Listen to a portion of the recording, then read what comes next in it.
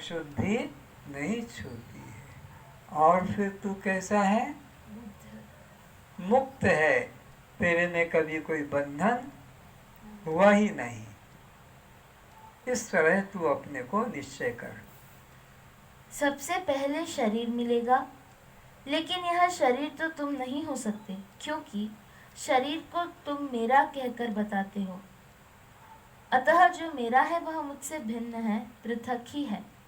तो एक तो बात पक्की कर लो मन में, और ज्यादा गणित मत पकड़ो। इतना ही कि जिसको तुमने मेरा कह दिया बस वो मैं नहीं। बात खत्म, इतने में ही खत्म। सारा द्वंद्व खत्म, भय खत्म, चिंता खत्म, मोह ममता खत्म। क्या? बस जिसको मेरा कह दिया तुम बस हाथ जोड़ लो। बस इन्हें उससे हमारा कोई संबंध, मेरा जहां मुंह से निकल गया, मेरी मेरे जहां तुमसे मुंह से निकले, बस वो मैं नहीं हूं, मैं उससे अलग हूं। मकान मेरा, कुत्ता मेरा, जूता मेरा, पैंट मेरा, यह सब जैसे तुमसे भिन्न है और तुम इनसे भिन्न हो और मेरा कहकर बताते हो, इसी तरह मेरा हाथ, मेरी टांग, यह मेरा कान, अतः जो यह रूप में है वह आप कैसे हो सकोगे? फिर बीमारी या दुर्घटना के समय ये अंग कट जाते हैं, तब भी आप विद्यमान रहते हैं। यदि यह भिन्न भिन्न अंग आपका परिचय होता तो इन अंगों के कटने से आपका भी अभाव होता चला जाता, किंतु आप ज्यों के त्यों बचे रह जाते हो। कभी हमारा एक्सीडेंट के द्वारा शरीर का एक टांग कट गई, या दोनों टांगे ट्रेन के, चलती ट्रेन के आगे गिर गए, दोनों टांगे कट गई, या हमारे किसी कारण से हाथ कट गए, तो जैसे शरीर का वजन तो कम हो जाता है कि अगर वो 60 केजी है तो 5 केजी का कट गया, कि 10 केजी का कट गया तो 50 केजी रह जाएगा। लेकिन मैं तत्व जो है उसमें तो कुछ कमी, वो तो जो का त्यों। बचपन में भी शरीर का वजन कम था, आकार छोटा था, बुद्धि कम थी, लेकिन मैं वैसा का वैसा ही बढ़ता बढ़ता बुढ़ापे तक चला आता हूँ। मेरे में कोई परिवर्तन नहीं होता है आत्मा में। अगर एक एक अंग के घटने से मैं घटता जाता तो पूरा का पूरा ही खत्म हो जाता। लेकिन शरीर अंग अंग कटते कटते खत्म हो जाते हैं, पर मैं उसमें कभी कम नहीं होता हूँ। मैं ज्यों का त्यों एक रस रहता हूँ। गवाह के रूप में और कहते हैं, पहले मेरा हाथ था तो काम हो जाता था, अब मेरा हाथ कट गया। इस तरह आप इन अंगों के भाव भाव के दृष्टा हैं। यह भी कहते हैं, मैं बाल बाल बच गया। अब ये बाल बाल क्या बच गया? एक्सीडेंट भयंकर हुआ, कार पलट गई, ट्रक से टकरा गई कि ट्रेन से टकरा गई, गेट बंद हुआ नहीं और उधर ट्रेन आ गई, इधर से तुम्हारी स्पीड से गाड़ी खच से चूर चूर हो गई और उछल कर तुम एक तरफ धक्के से गिरे और कहते हो मैं बाल बाल बच गया। क्या बच गया? दोनों टांगे कट गई, हाथ कट गया, सर फूट गया। तो ये क्या चीज है जो बाल बाल बच गया? यही वो तत्व है निर्गुण निराकार आत्मा। आप कहते हो पर आपको कोई बताने वाला, समझाने वाला नहीं मिलता, इसलिए बस बोल कर रह दिया कि मैं तो बाल बाल बच गया, प्रभु ने मुझे बचा दिया कि मैं तो बाल बाल बच गया। तो तुम देह से अलग हो ये अपने आप क्लियर हो गया, क्योंकि टांग कट गई, हाथ कट गया, सर फूट गया, जो भी हुआ, और फिर भी तुमने अपने को कहा मैं बाल बाल बच गया। तो इससे सिद्ध हो गया कि तुम शरीर नहीं हो, शरीर से पृथक हो। इस कथन से भी स्पष्ट हो जाता है कि अंगों के विकृत होने पर भी आप निर्विकार बने रहते हैं, क्योंकि आप निरवयव अशरीरी हैं। तुम्हारे होने का भाव पूरा का पूरा ही बना रहता है। तुम अपने शरीर को बचपन से किशोर एवं किशोर से युवा एवं युवा से प्रौढ़ और प्रौढ़ से बूढ़ा होते देखते आ रहे हो। तो 5 साल की उम्र से आज 70 वर्ष के समय के बीच में कितने परिवर्तन हुए, परंतु तुम्हारे जानने में, तुम्हारे होने में कुछ मोटाई, लंबाई, वजन का भेद तो पड़ा ही नहीं। शरीर में, इंद्रियों में, उनकी कार्य क्षमता में अंतर पड़ा, किंतु तुम्हारे होने का भाव वैसा का वैसा ही है। तुम्हारा होने का भाव या जानने का स्वभाव वैसा का वैसे ही रहा। इंद्रियों की शक्ति कम होती गई, उनका काम कम होता चला गया। आँख का काम, कान का काम, मुख का काम, अंदर के अंतस्थलियों का काम, सब वो कम होता चला जा रहा है। लेकिन तुम्हारे जानने में कोई अंतर नहीं पड़ रहा है कि जानना भी कम हो गया, देखना कम हो गया, सुनना कम हो गया, चबाना कम हो गया, खाना कम हो गया, हजम होना कम हो गया। लेकिन तुम्हारा जानने वाला वो यंत्र, कहो कि स्वभाव, उसमें कोई अंतर नहीं पड़ा। वो जो कहते हो जानता आ रहा। बचपन 5 साल से लेकर 80-90 साल के हो गए, पर तुम जानने वाले जो कहते हो। शरीर में परिवर्तन होता चला आया। बाल सफेद, चमड़े लटकने लग गए, झुर्रियाँ पड़ गई, कमर झुकने लगी, हाथ गर्दन कांपने लगे। शरीर का आकार, लंबाई, मोटाई, वजन में अंतर पड़ा, लेकिन तुम्हारा होना, जानना वैसा का वैसा ही प्रथम से अभी तक बना हुआ है। तुम ज्ञान रूप शाश्वत एक रसी बने रहे हो। यह निश्चित हुआ कि तुम शरीर नहीं हो। शरीर घूमता हुआ चाक है, तुम अचल कील हो। तो यह अब निश्चित हो गया कि जिसे भी हम दृश्य की भांति देख लेते हैं, हम उससे अलग हैं। ऐसा यहाँ दृष्टांत देकर बताया है कि तुम्हारा शरीर एक चाक है। जैसे गाड़ी के पहिए होते हैं, साइकिल का पहिया चाक, और तुम उसके अंदर कीली एक्सल हो। तो क्या होता है कि गाड़ी का पहिया चलता है, वो कीली एक्सल अचल रहता है। साइकिल में भी देखो व्हील घूमता है, स्पोक कितने उसमें है उसके साथ, लेकिन वो जो कील है वो एक्सल, वो अचल है। पंखा में देखते हो रोटर घूम रहा है, पर आर्मेचर अचल है। चक्की में देखो, जिसमें गेहूं पीसा जाता है कि चना दाल तो डाला जाता है, तो ऊपर वाला चलता रहता है, नीचे वाला अचल रहता है।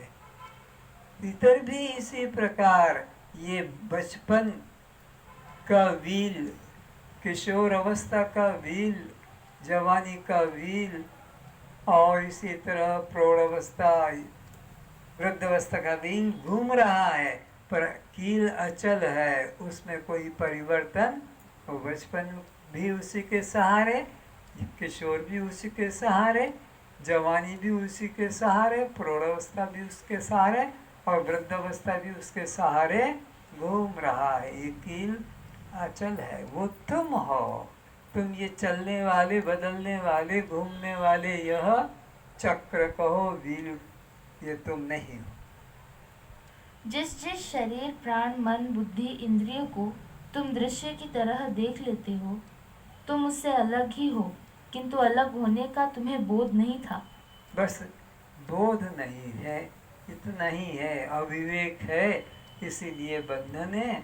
विवेक से ये बंधन तुम्हारे को फिर बंधन नहीं, मुक्ति का अनुभव हो जाता है। ये सब इंद्रियों के व्यवहारों को तुम देखते हो, जानते हो और बताते हो कि पहले जैसा अब आँखों से नहीं दिखता।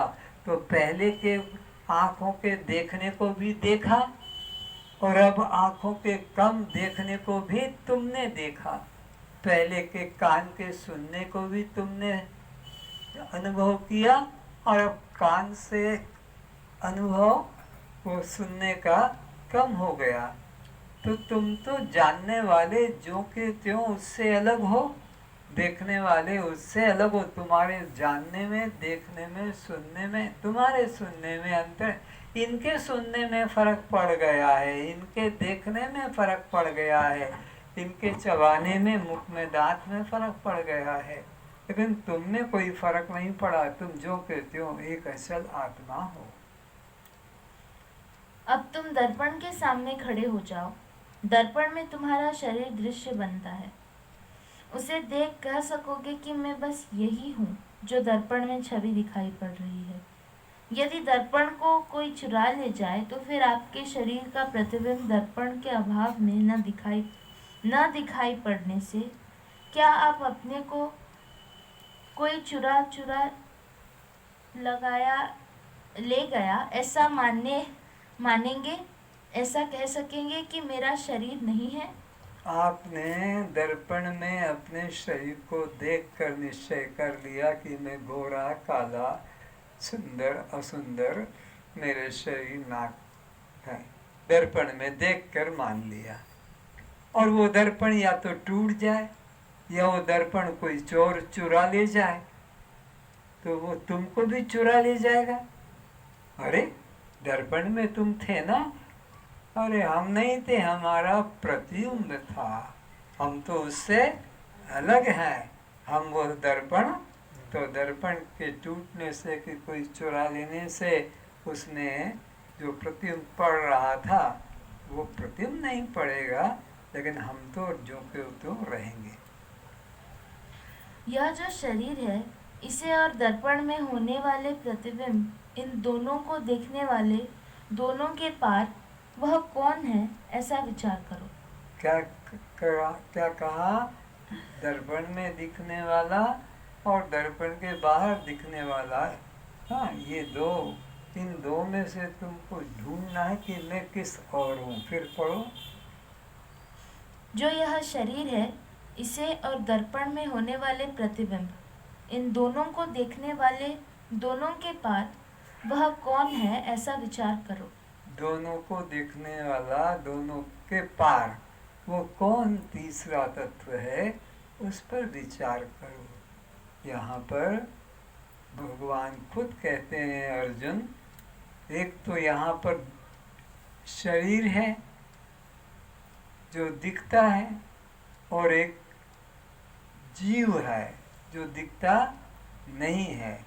फिर इन दो को जो जानने वाला है वो तीसरा कौन है, उसकी खोज करो, और वही तुम्हारा स्वरूप है। न ये शरीर तुम हो, न यह 84 में भटकने वाला जीव तुम हो, बल्कि इन दोनों को जो जानने वाला है वो तुम हो। और उसी को वेदों में पुरुषोत्तम कहा है। इसको क्षर कहा, इसको नाशवान कहा, और जीवात्मा को अक्षर यानी जिसका क्षरण यानी नाश न हो, क्योंकि जीवात्मा का कभी नाश होता ही नहीं। आग में जला दो, काट दो, टुकड़े कर दो, गला घोड़ दो इसका, लेकिन अंदर जो तत्व है, चेतन तत्व, उसको कोई क्षति नहीं होती है, उसका किसी प्रकार से नाश, अभाव नहीं होता है। तो एक क्षर है शरीर और एक अक्षर है जीवात्मा। इन दोनों को जानने वाला, दोनों से अलग जो है, उसको कहते हैं पुरुषोत्तम। क्षराक्षरातीत यानी क्षर से भी और अक्षर से भी अलग है, दोनों से अतीत यानी अलग है। वो जो दोनों को जो देख रहा है वो तीसरा तत्व, चेतन तत्व, आत्मा तुम ही हो। देखने वाले को देख कि वह कौन दृष्टा है जो सब दृश्यों को देख रहा है। जानने वाले को जान कि वह भीतर बैठा सबको जानने वाला कौन है। और भीतर उतरो, फिर वहाँ विचारों की तरंगे हैं, उनको भी गौर से देखो, उन्हें भी उठते बैठते देख रहे हो, और पूछो कि क्या यह मैं हूँ? विचार तो बनते बिगड़ते आते जाते सतत श्रृंखला चल रही है, धारा बह रही है। इनमें से तुम कोई भी नहीं हो, क्योंकि तुम तो इन विचारधाराओं के देखने वाले अचल साक्षी बने रहते हो। विचार, राग द्वेष, प्रेम घृणा, अच्छे बुरे, सुंदर असुंदर, धार्मिक अधार्मिक, हिंसा अहिंसा के चलते रहते हैं। लेकिन तुम तो इन दोनों के पार खड़े रहते हो, देखते ही रहते हो। तुम तो साक्षी हो। तुम क्या हो? केवल किसके? सब द्वंद्वों के, सब द्वंद्वों के, जो शरीर के अंदर घट रहा है, कि बाहर घट रहा है, कि इंद्रियों में घट रहा है, कि हमारे मन बुद्धि चित्त अहंकार में जो घट रहा है, परिवर्तन हो रहा है, वृत्तियों में जो परिवर्तन हो रहा है, उन सब से अलग केवल तुम उनके साक्षी हो। बस इसी भाव में रहो। बचपन से आज तक के परिवर्तनों, घटनाओं एवं सुख दुखों के गवाह तुम न शरीर हो, न प्राण हो, न इंद्रिय हो, न मन हो, न विचार हो, न भाव हो। तुम सबसे पार, सबके साक्षी हो। अब और भीतर गहराई में अंतिम तलेटी में पहुंचो, जहां पर वह सब छूट जाता है जो तुम नहीं हो। बस केवल वही रह जाता है, सर्व साक्षी सर्वद्रष्टा जो तुम हो। नेति नेति, यह नहीं कहते कहते सबको बाहर छोड़ आ गए। अब तुम अपने घर में नेति नेति की सीमा पर पहुंच गए। अब वही बचा जो अभी तक सब दृश्यों को नेति नेति कह रहा था। यही तुम हो। सबको इनकार करते करते, सबको हटाते हटाते, जो कभी किसी से हटता नहीं, वही तुम हो। सबको देखते देखते देखते देखते देखने को कुछ भी ना शेष रहे, बस देखने वाला ही रह जाए, वही तुम हो। इसलिए कहा देख देख, 2 बार बोला, फिर तीसरी बार बोला देख देख, देखने वाले को देख, और वही तुम्हारा स्वरूप है। ये दिख रहा है ये दृश्य, और ये देख रही आंखें, दोनों को हटाओ। इनके पीछे जो खड़ा है तीसरा तत्व, वह ही तुम हो।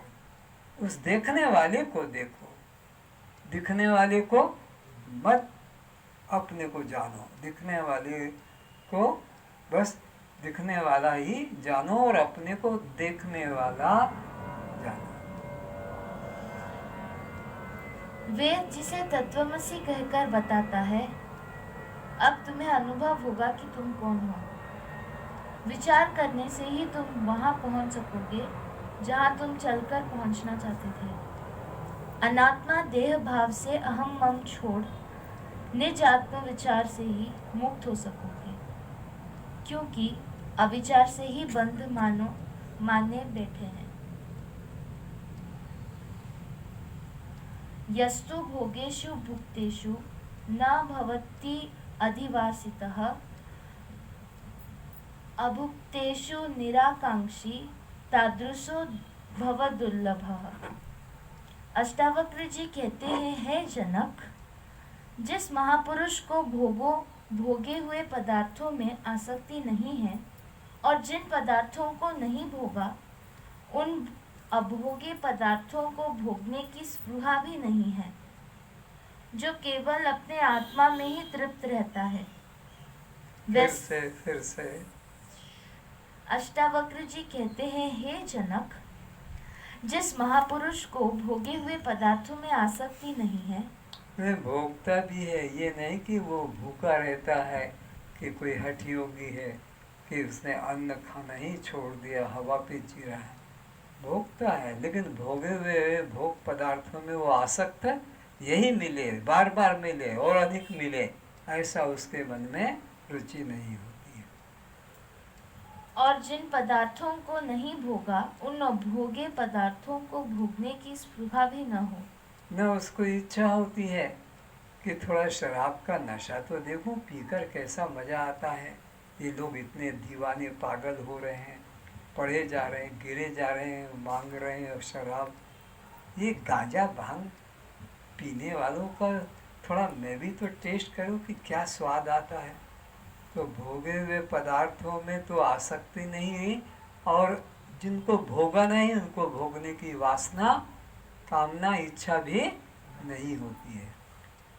जो केवल अपने आत्मा में ही तृप्त रहता है, वैसा आत्मकाम आत्मा राम महापुरुष संसार में मिलना दुर्लभ है।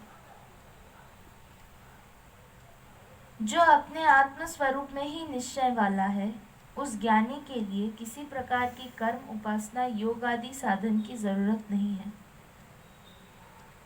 जिस आत्मलाभ को प्राप्त कर अन्य किसी पदार्थ को पाने की इच्छा नहीं करता, ऐसा आत्मा को प्राप्त आत्माराम पुरुष महान से महान कष्ट शरीर पर आने पर भी दुख के कारण अपने आत्मनिष्ठा से विचलित नहीं होता है, एवं जानता रहता है कि मैं देह नहीं हूँ, कष्ट मेरा नहीं है, मैं इस देह एवं पीड़ा का साक्षी हूँ।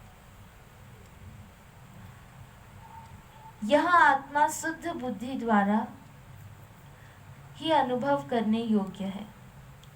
अशुद्ध बुद्धि, विषयासक्त बुद्धि द्वारा यह आत्मा अप्रमेय है, अर्थात इंद्रिय विषयों की तरह दृश्य रूप से यह ग्रहण करने योग्य नहीं है। जो अनंत आनंद है, उस अवस्था को ज्ञानी अनुभव करता है, और उस अवस्था में स्थित वह ज्ञान योगी बड़े से बड़े देह में रोग आ जाने पर भी दुखी हो अपने परमात्मा निष्ठा से, अपने दृष्टा साक्षी आत्मभाव से विचलित नहीं होता। अभी देखो, ये तो हल्की सी हवा चली कोरोना नाम की, सब बड़े बड़े ध्यानी ज्ञानी पंडित विचलित हो गए, उसी का ही चिंतन भजन जप चल रहा था।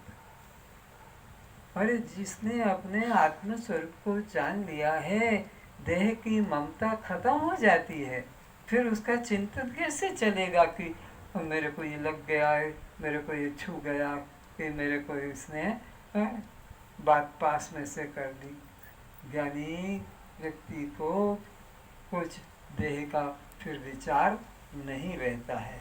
अज्ञान अवस्था में देह में ममता रहती है, इसलिए उसका चिंतन होता है। पर ज्ञानी व्यक्ति ने तो अपना आत्मभाव में दृढ़ता पा ली है, अब देह के प्रति कोई ममता आसक्ति ज्ञानी को नहीं रहती है। जो दुख रूप संसार से रहित है तथा जिसका नाम ज्ञान योग है, उसको जानना चाहिए। वह ज्ञान योग शांत, धैर्यवान को मुमुक्षुता पूर्वक समाधि सहित किसी श्रोत्रिय ब्रह्मनिष्ठ सद्गुरु की शरण ग्रहण कर अवश्य ही जानना चाहिए। बस यही उपदेश अंतिम है कि किसी श्रोत्रिय ब्रह्मनिष्ठ गुरु की शरण में जाकर उसे इस आत्म तत्व को समझने में ही उसका कल्याण है। यही इस मानव जीवन की सबसे बड़ी महानता है, यही इसकी उपयोगिता है। इस काया का होता विनाश है,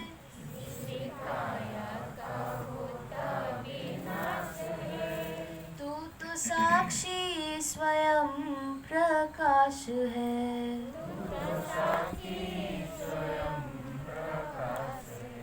इस काया का होता विनाश है,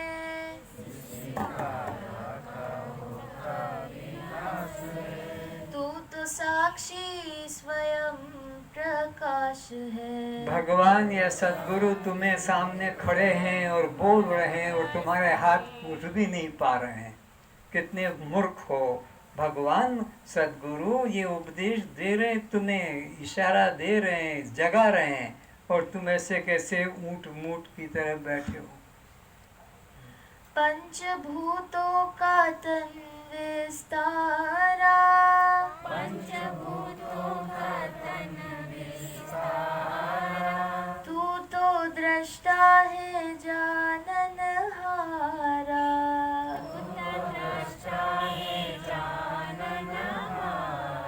सोचो कौन कह रहा है मुझे ऐसा, ये कौन है कहने वाला और मैं सुनने वाला, तो अंतर मालूम पड़ेगा।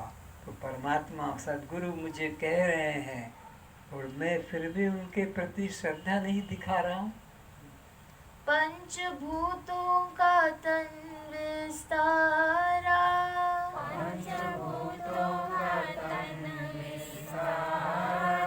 तू तो ज्ञाता है जाननहारा,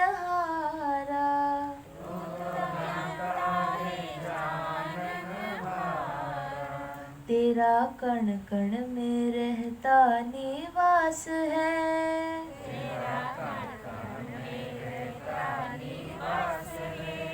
तू तो साक्षी स्वयं प्रकाश है,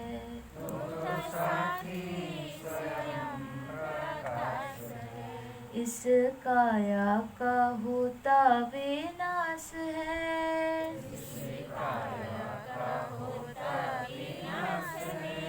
तू तो साक्षी स्वयं प्रकाश है,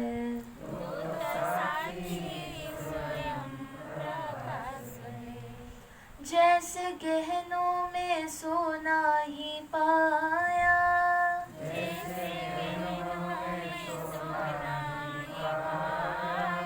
तैसे घट घट में तू ही समाया,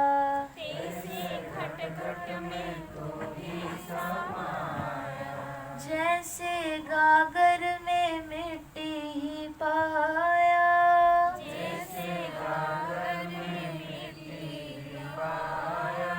तैसे कण कण में तू ही समाया,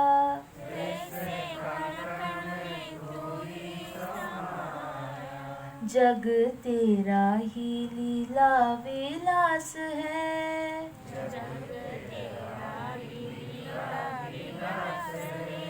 तू तो साक्षी स्वयं प्रकाश है,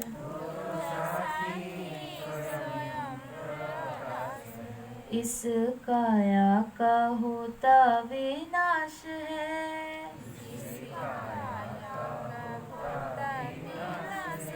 तू तो साक्षी स्वयं प्रकाश है, स्वयं प्रकाश है, जाग जल्दी ये सपने की माया,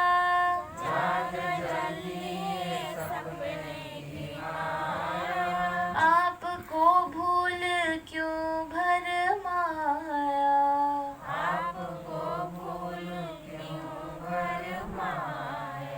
जाग जल्दी ये सपने की माया,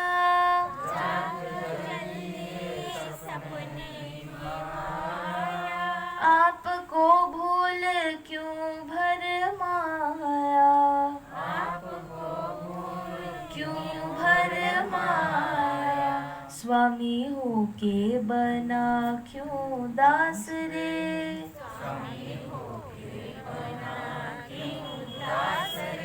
ब्रह्म होके बना क्यों जीव रे,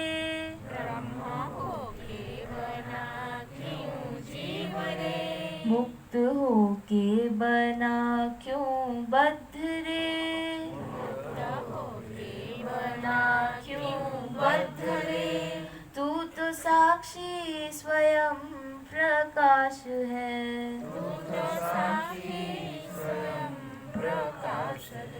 इस काया का होता विनाश है,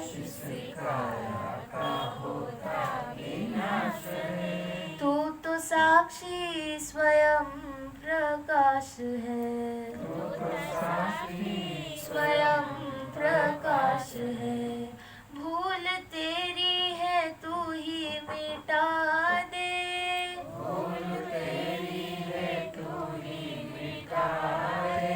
पूर्ण ब्रह्म हूँ निश्चय जगा ले,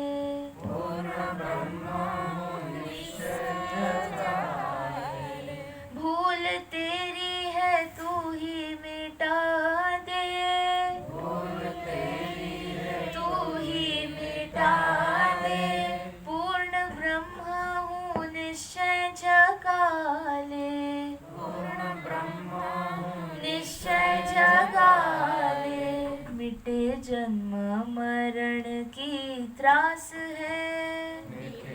जन्म मरण की त्रास है। तू तो साक्षी स्वयं प्रकाश है। इस काया का होता विनाश है।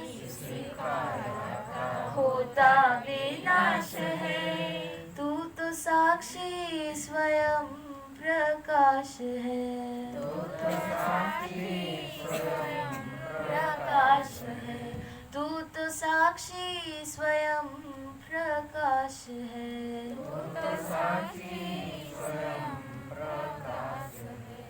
बोलो सद्गुरुदेव की जय। सर्वेषां शान्तिर्भवतु। सर्वेषां मङ्गलं भवतु। सर्वेषां स्वस्तिर्भवतु। ओम शांति शांति शांति।